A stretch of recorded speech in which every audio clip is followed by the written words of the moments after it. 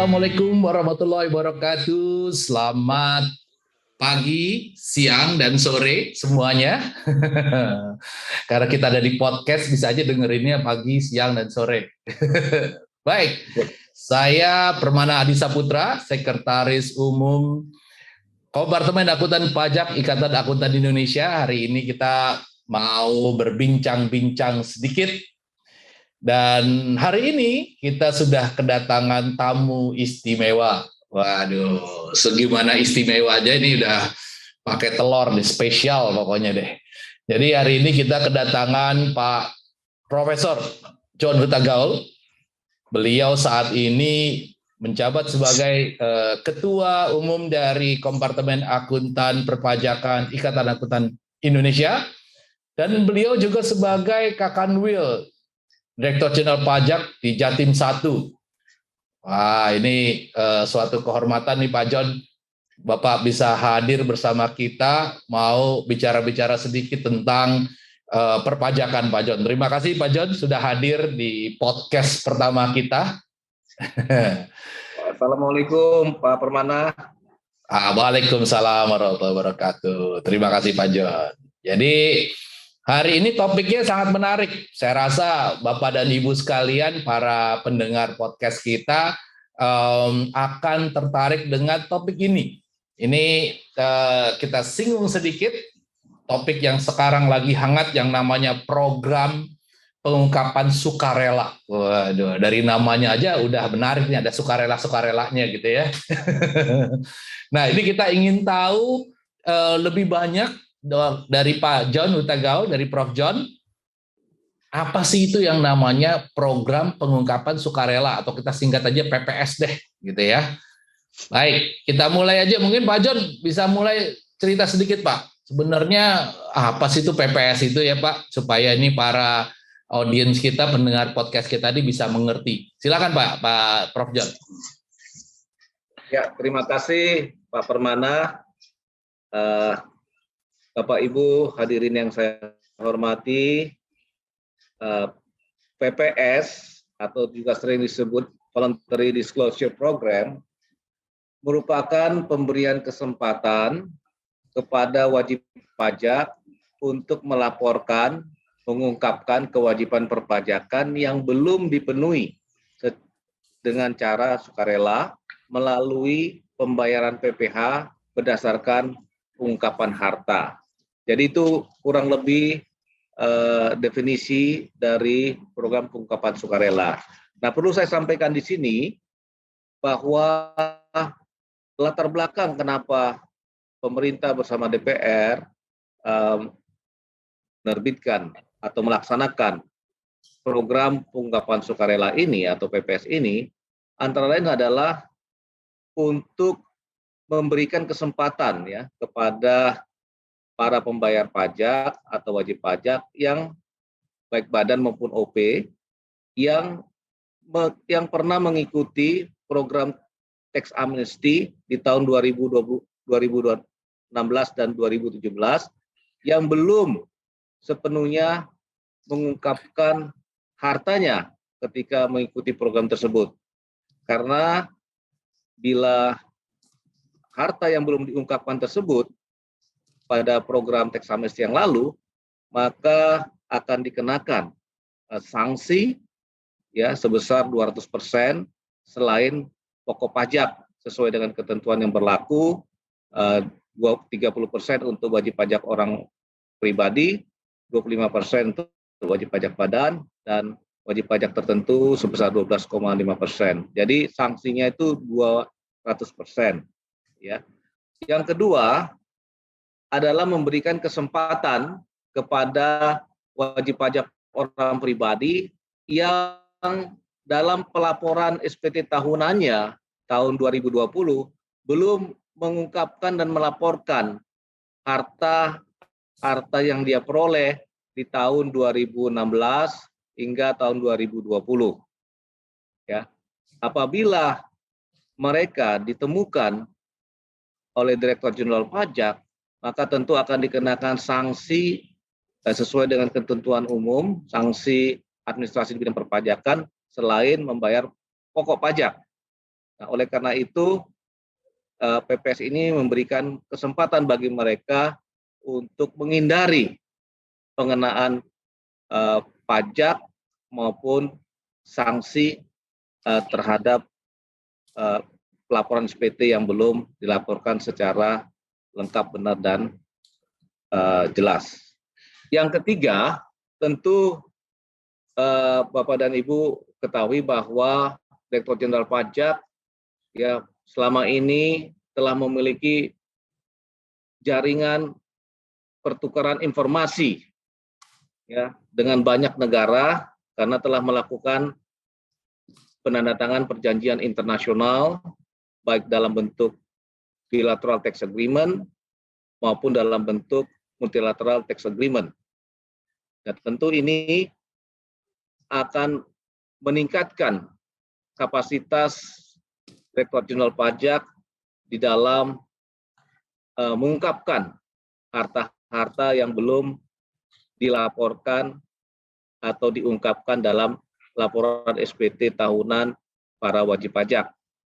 Nah, oleh karena itu, program pengungkapan sukarela ini merupakan kesempatan bagi wajib pajak untuk memanfaatkannya agar terhindar dari pengenaan pokok pajak maupun sanksi di bidang perpajakan.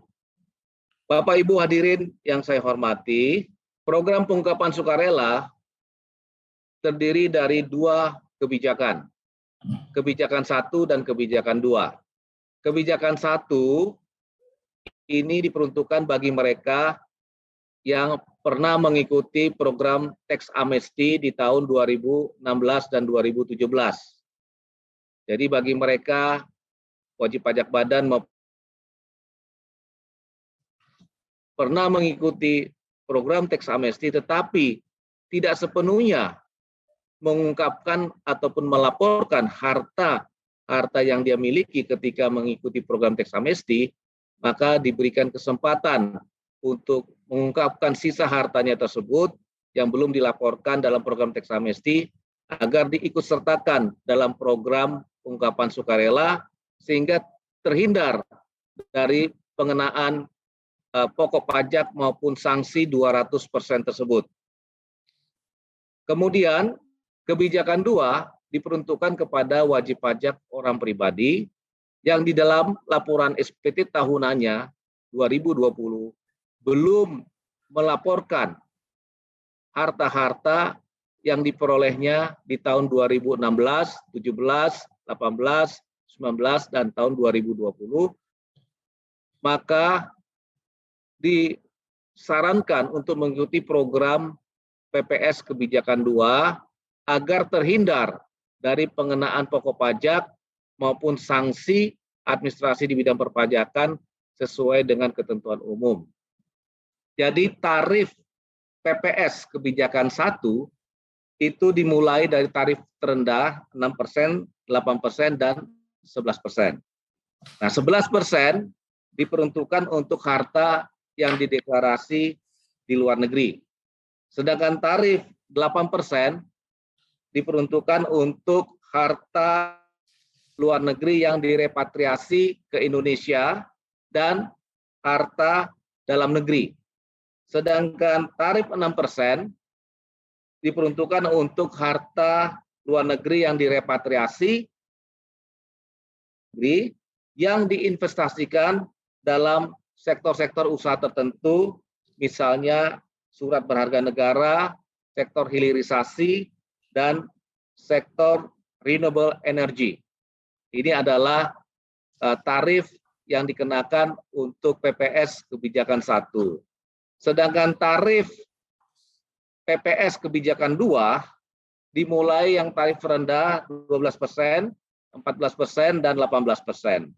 18% dikenakan atas harta deklarasi luar negeri, sedangkan 14% dikenakan untuk harta luar negeri repatriasi dan harta dalam negeri. Sedangkan 12% untuk harta dalam negeri yang diinvestasikan dalam sektor-sektor usaha tertentu, yaitu surat berharga milik negara, hilirisasi, dan renewable energy. Mungkin demikian Pak Permana, gambaran singkat mengenai program pengungkapan sukarela. Terima kasih. Baik, menarik sekali nih Pak John. Menurut saya ini suatu kesempatan yang sangat baik buat para wajib pajak, terutama yang tadi Pak John sampaikan ya mungkin coba dicek-cek lagi hartanya, yang hartanya mungkin agak terselip waktu melaporkan ikut dalam pengampunan pajak yang pertama, ya waktu ada program pengampunan pajak di tahun 2016 dan 2017, ada kelupaan nih. Nah, tadi Pak John juga singgung sedikit, ada kerjasama dengan internasional, dengan beberapa negara di luar negeri, di mana Indonesia dapat mengakses data-data dari wajib pajak dalam negeri yang memiliki harta di luar negeri. Nah ini, jangan-jangan ada yang kelupaan, coba dilihat lagi. Dari harta-hartanya, di sini ada kesempatan yang baik buat dari wajib pajak untuk melakukan pengungkapan sukarela. Tadi juga Pak John sampaikan itu adalah di kebijakan 1, di mana diberikan tarif yang sangat menarik di sini. Tadi ada 6%, 8%, dan 11% yang sudah Pak John sampaikan. Dibanding daripada apabila sampai ketahuan untuk kebijakan 1, terlihat, wah ada wajib pajak yang lupa menyampaikan harta di luar negeri, hartanya. Kemudian bisa dikenakan tarif dengan PPh, misalnya individu 30%, plus dengan penalti 200%, 90%. Wah, habis hartanya langsung diserahkan ke negara 90%. Jadi ini kesempatan yang sangat baik ya Pak John ya untuk yang kebijakan 1.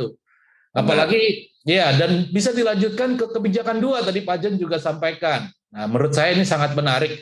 Mungkin Pak John lanjutan dari tadi ya.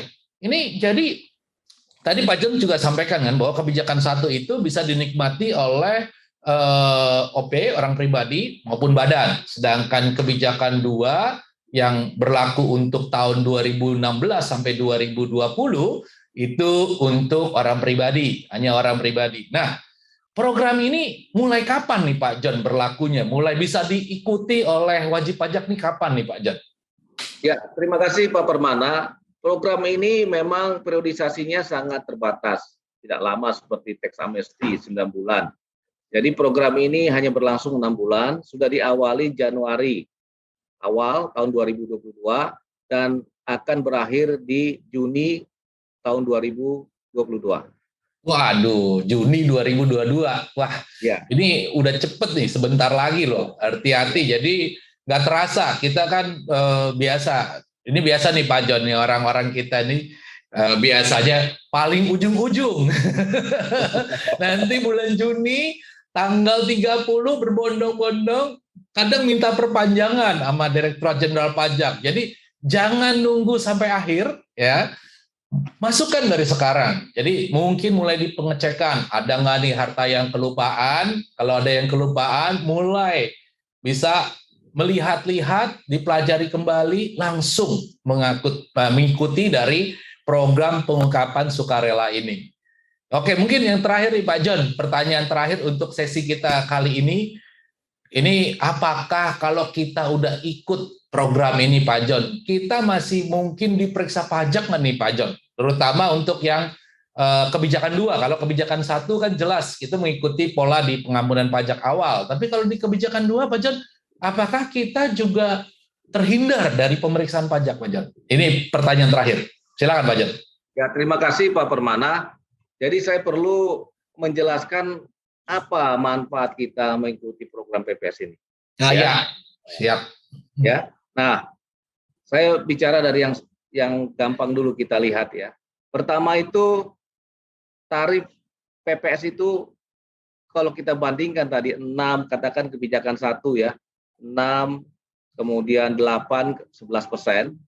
Itu kalau kita bandingkan dengan pokok pajak plus sanksi yang akan dikenakan bila dia tidak ikut program PPS itu sangat luar biasa. Tadi Pak Permana sudah mengatakan 90% dari aset yang ketahuan nanti itu akan kembali ke negara, gitu ya. Betul. Jadi kalau kita bandingkan dengan tarif PPh umum saja, itu jauh lebih murah. Tarif PPh umum untuk badan itu adalah katakan 25% pada waktu itu ya. Kalau sekarang sanksinya 200% ya, dibandingkan dengan hanya katakan kalau deklarasi di luar negeri dia hanya bayar pajak katakan 11%. Kemudian kalau deklarasi dalam negeri hanya 8%. Apalagi kalau direpatriasi ya, kemudian diinvestasi kepada sektor-sektor tertentu, dia akan mendapatkan perbedaan yang sangat besar, lebih murah gitu ya.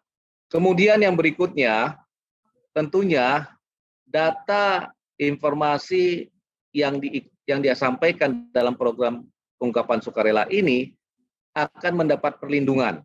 Artinya data tersebut tidak dijadikan dasar di dalam penyelidikan pajak, penyidikan pajak, maupun tindak pidana di bidang perpajakan, penuntutan pidana di bidang perpajakan.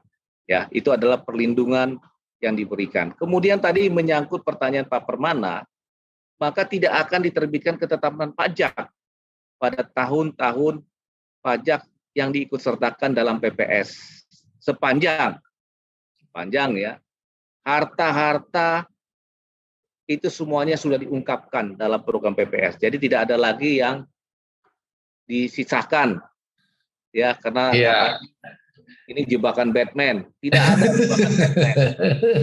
Pemerintah bersama DPR tulus melaksanakan program ini, tujuannya adalah untuk memberikan solusi kepada wajib pajak, para pembayar pajak yang tahun-tahun pajak sebelumnya. PPS ini adalah solusi yang memberikan mekanisme penyelesaian yang sangat sederhana. Cukup mengungkapkan harta yang belum dilaporkan dan bayar PPh finalnya. Maka dia akan mendapatkan selain tarif pajak yang murah dan juga terhindar dari pengenaan sanksi, datanya terlindungi, kemudian tidak dikenakan ketetapan pajak pada tahun-tahun di mana dia mengikut sertakan dalam program PPS tersebut.